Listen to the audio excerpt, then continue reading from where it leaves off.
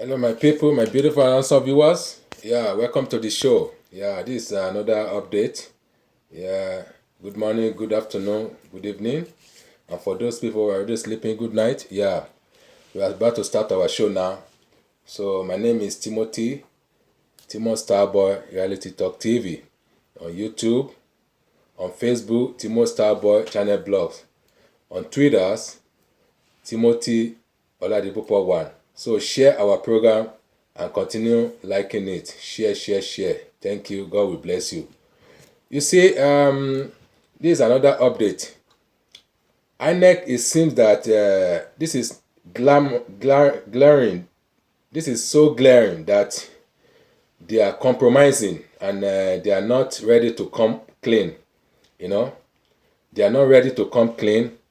They've been dowsing around, playing all sort of game, and this thing cannot last forever, it cannot last. To me, their game will be up very soon, you see, because the whole worldwide they are watching and we are listening to all what they are saying. So don't let me go further. Just let me play this video for you and sit back and relax. Just enjoy the video. Okay. Protest if INEC failed to do a few things. But you're coming directly from Abuja. You're part of the team for the Labour Party that met with the INEC chairman and leadership today. So I think that's a fantastic place to start. In terms of this conversation around inspection of election materials, sort of this back and forth between INEC and Labour, what's the latest? So you're having an exclusive interview from the person who was on the ground. Anyway, the truth about it is that we understand that INEC was picking and choose the judgment in which it will follow. Remember that our judgment came in early enough, from 3rd to 6th of March. And then it was expressly stated by the court that we are being given the mandate to inspect the electoral material prior to the provisions of the Constitution. Then all of a sudden, INEC went to court. Countersued. To countersued. But really, in a more democratic situation, INEC or the court wouldn't have listened to INEC until when it had carried out its first order.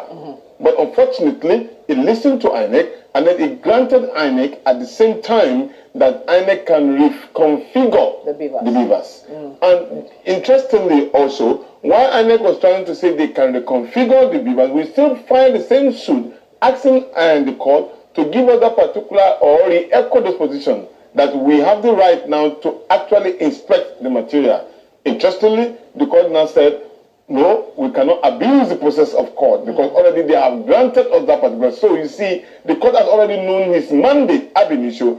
We expected that the court should have even reminded INEC that have you carried out the first initial order that we granted? And if INEC then did not, and they should explain why they did not, or rather they would have charged them for the contempt of courts. Unfortunately, that did not happen.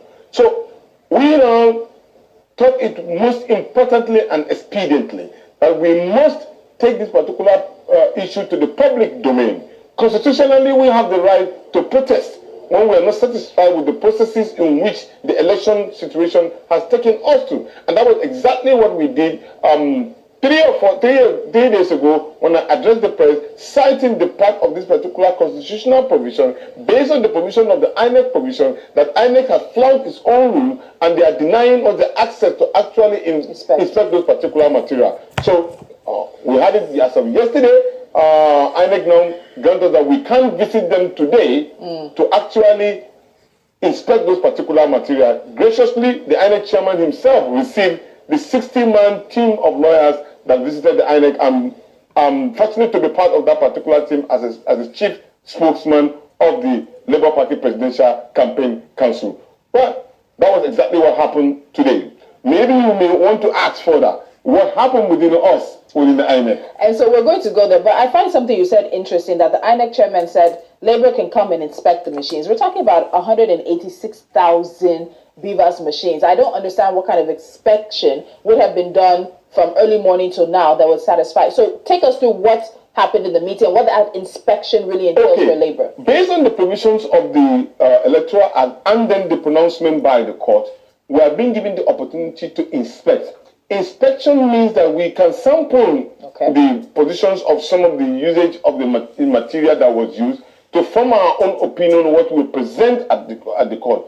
But the most important thing is that we have a first information of actually seeing this machine from a legal point of view and examining them whether they conform with the provisions of the Electoral Act and what INEC said it wants to do and make sure that we have a clear-cut election. That, of course, for every Nigerian, we have seen it that actually INEC flouted its own position of the law. So here, the processes have started.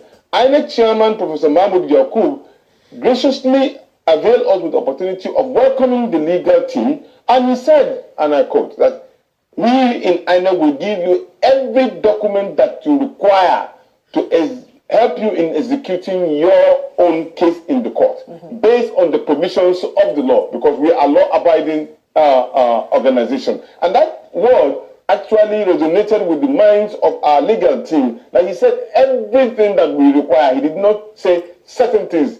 Everything that we require, being the law has given us the opportunity to actually inspect all the electoral materials as provided by the law. Okay, so in that same meeting, he's quoted as saying INEC has nothing to hide. And as you said, documents available at the headquarters will also be given immediately. We are meeting with resident electoral commissioners today, and we will discuss how other documents at the state level can also be made available to you speedily. So nothing to hide, but it has seemed to be a very difficult situation for Labour to get to this point with INEC. What is the party hoping to find with the BVAS machines or with the election materials? Well, there are contraptions and the contradiction in some of the results that have taken place on the 25th of February, i.e., it is clear to us that we have our election results that was signed by agent of the INEC, the representative of INEC and our own agent nationwide. And at the same time, we also know clearly that at the point in which INEC has promised Nigerians that there will be transmission of this result in real time, there were 3 elections that took place on that day. Federal House of Rep, the Senate, and then the Presidency. Unfortunately, Federal House of Rep and Senate results were uploaded on real time. That of the Presidency was completely blacked out on the first day while other results were going on. And that, of course, is a red flag for us. And we don't know what happened within that particular period where there were glitches that happened. The problem is that glitches did not happen when they were uploading the Federal House of Rep, the Senate. It only happened when they were supposed to upload that of the Presidency. That means there's a question mark as regard to what must have transpired within that particular period. And that is the reason why we believe that we have just been allocated result on the presidential election, not on the state, not on the federal level or the state, federal House of Rep or the Senate. Because a lot of people are saying that why would we accept the results of the federal House of Rep and then Senate and then deny that of the Senate? They are not in the same thing. And then let me make this particular point clear.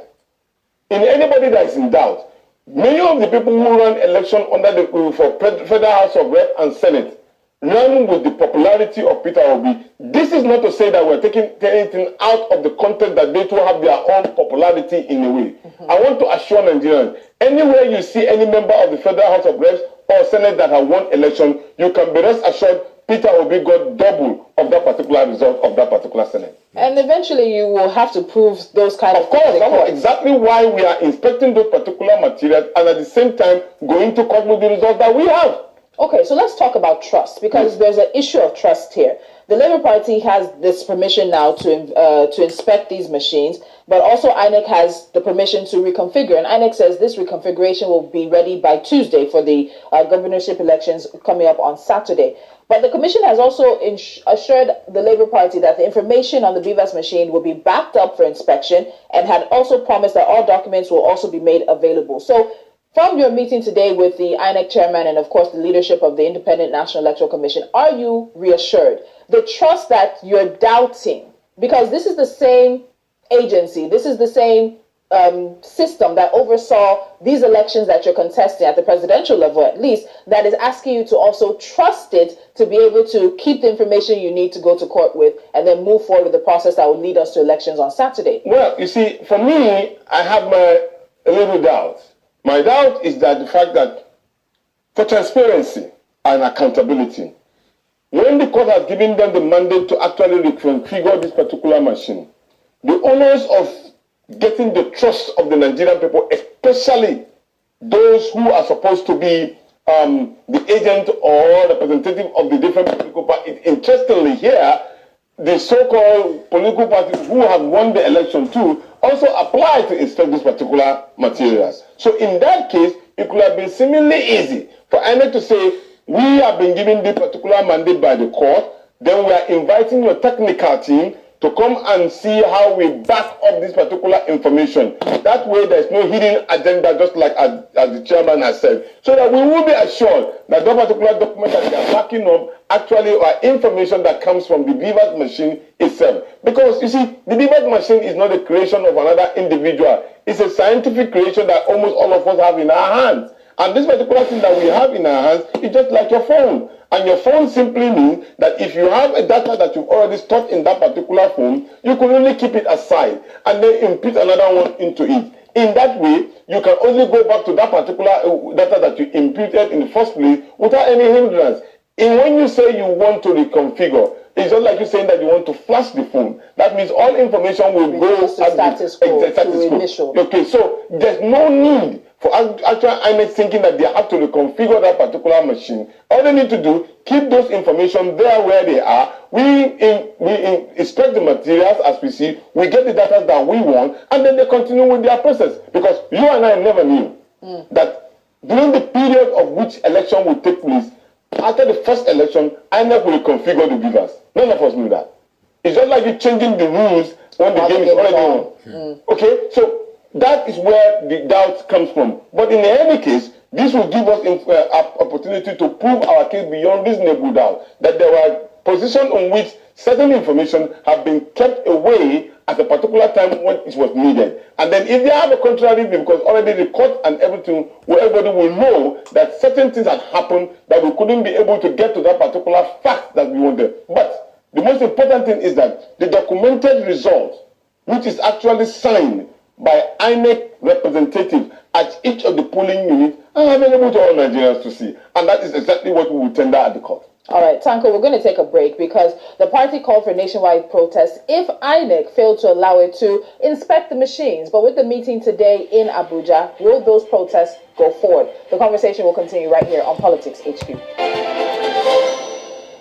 And we are still here, right here on Politics HQ on News Central. My guest in the studio with me, Tanko Yunusa, spokesperson for the Third Force Coalition for the Labour Party, and looking at the call for protest. But that could have changed dimensions, given the fact that the party was able to meet with the leadership of the Independent National Electoral Commission today in Abuja. So, Tanko, before I go to asking about whether or not the party is still calling for protests, I have to put it to you. What election materials were you able, was the Labour Party's representatives able to view today at INEC? INEC chairman promised to release certified true copy of the Form EC8, EC9, EC. He mentioned all the E's of the particular election result, which of course he used in terms of the pronunciation of the result on that 25th or in the 26th of February or 27th, as the case may be, because it was a continuous process. He started announcing those results. So therefore, all the material that was used at that point in time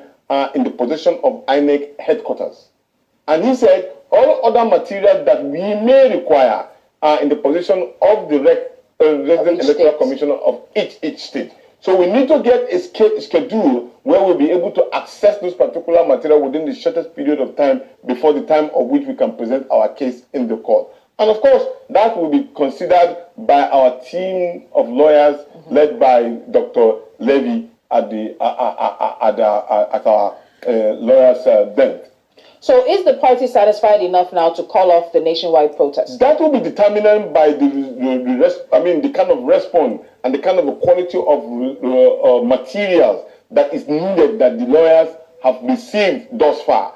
if they have the maximum support that they have satisfied their own, they will tell us in the as a chief spokesman and my other spokesperson, we or other the media will be able to know, and then the decision will be taken by His Excellency Peter Obi and Dr. Baba Ahmed as regard to what we need to do next. And then, of course, there is this. We don't own the spontaneous response of the supporters. We can only curtail them, which we have done so far. But it is also in their right also to protest where they see that things are not going in. They have an independent mind. As long as the demonstration or the protest is not run foul of the provision of the Constitution of the Federal Republic of Nigeria, it is allowed by law. So we cannot actually impugn on their own personal decision to do. But what we know is that we will definitely, if we are not satisfied, we will definitely go and on a non-violent protest. Interesting enough, the IG of police has said that he has not heard from Labour Party that they want to protest. But we know the position of the Constitution. Nigerians don't legally have to inform the police, don't legally need to seek police permission in order to protest. But what do you make of him saying, okay, Labour has not come to... Well, he is supposed to perform his duty as the IGP of the Federal Republic of Nigeria. Of course, normally provision of the Constitution says I have been a veteran in demonstration. I was the field marshal that led the Save Nigeria group in Abuja. So I'm very well grounded in the issue of actually protest. What we needed to do was to notify him, to provide us security, so that for those who are already trying to blackmail us and saying that, do we know the consequence of what will end up at the point of if we start a protest, some people may hijack it. But the question you want to ask is that those who put us into this particular situation, do they know the consequence of the psychological trauma and the killing of the psychological mind of the Nigerian youth that they've already murdered? They didn't know the consequence of what they are doing against the Nigerian state, or probably advancing the democracy that we've already earned with a lot of people who lost their lives. Do they know the consequence of what they have done to manipulate and change the process in which everybody have already trusted? For the first time in the history of Nigeria, many people travel from outside the country, which is completely contradictory to what has usually happened. People run away from this country when it's time for election. But this particular time, because the Nigerian people have an interest into this election, they came all the way, spending their hard-earned resources back into the country, only for them to meet this kind of unbelievable situation that we found ourselves. So let me put you on the hot seat, because what Labour Party is alleging has to do with electoral malpractices. But there are some who also allege that Labour itself also participated in electoral malpractices. We are waiting for proof, or asking us to say ABC. We have proofs, both documented, and we have people already taking videos. You are a press person. In Lagos here, you saw where our members were ab initio being denied the right to go and even register. That was the beginning of the red flag. They went ahead to destroy Billboard. They were not satisfied. They killed our women leader in Kaura in Kaduna State. Not even that. They went ahead again. Anywhere we are coming for campaign, they deny us using of public spaces that we ought to use. Not that again. When we came to Lagos, there was direct attack. Physical direct attack on our members. You saw that, and they were being stabbed knives and all of those ones. Not even say the killing that took place. Then to the crescendo of all was the day of the election, where somebody can come openly and say you cannot vote for anybody if you come from a particular ethnic group. Or if you're not voting for this particular party, you will not vote in this particular. In the presence of our security agencies, how bad could it have been? So, but then, can anybody tell us or report where Labour Party or any member of the Labour Party has committed this kind of similar heinous crime against the state? Let me give you an example. I am from Kano State. From Kano State, even though I grew up in Lagos, when you go to Kano State, nobody was attacked. Everybody went about his duty and then they were voting. In Anambra, there was similar thing. Where we have our people, there was no any attack on anybody. Only in Lagos that we had that particular thing. And it is proven fact. So if they have the proof of saying that they are saying that we manipulate, let them show us. I saw them saying one particular video of a dummy picture where old women were dancing and stamping it. That was just a sample of actually how to vote. If you can prove that and say that it's an old women, but they were showing them the processes of the election. And then, of course, the propagandists of this particular opposition political party took to the media and said, no, this is how Labour Party. Come on, it's so funny and childish for anybody who wants to prove there was election malpractices by the Labour Party. We have an organic support. Okay. Organic support. But why are we all making bones and sweat about INEC violating the rule of law? INEC that couldn't follow its own regulations and guidelines that it wrote by itself, and now is violating the court order. It just shows that the country is lawless. This same INEC that people complained that was supposed to review presidential election results by the commission that didn't do anything, and you expect them not to cherry pick. That is it. Please, let's stop deceiving ourselves. It's not today we've been cherry picking. In fact, we've become more cherry than pickers. That's who we've become. It just shows the grand hypocrisy that happens in this country. The same INEC can run to the courts to reconfigure beavers, but can also ignore the court order. But you see, we forget history so much, and I think that's why we're having problems in this country. So ridiculous. The fact that we think that it is today things went bad as regards the rule of law and judiciary, we forget. Sorry, I'm going to quote Fela again. People say I quote Fela too much. When Fela said George they beg in the 80s, how will George charge Fela? And we know what happened in that case. So let's not surprise ourselves. INEC doesn't respect the rule of law. It's as simple as that. Because like the INEC chairman claimed that we've got nothing to hide. If you have nothing to hide, by now they should be inspecting all the materials. In time. It just shows to a large extent that the fidelity of those materials are already suspect. I assure you. And it will take a lot of convincing for INEC to say otherwise. But I'm not surprised. An institution that couldn't abide by the own guidelines it did right. Will you think we abide by a court order? That's a big question. An institution that couldn't abide by its own guidelines, do you think will abide by a court order? We'll take a short break now. When we return, we'll have Michael Wilson, Road to the to give us updates on global and African business activities. Stay with us. A lot to chat about, Aaron. So that is it. As you can see, the INEC, they are not respecting our rule of law. They are not respecting our judiciary. So this thing, this scenario, this game is going to go deeper and deeper. We don't know where it's going to end. Only God can tell. So my viewers, I thank you for watching today. So we'll bring updates tomorrow. So stay with us and have a good time. Bye. Love you.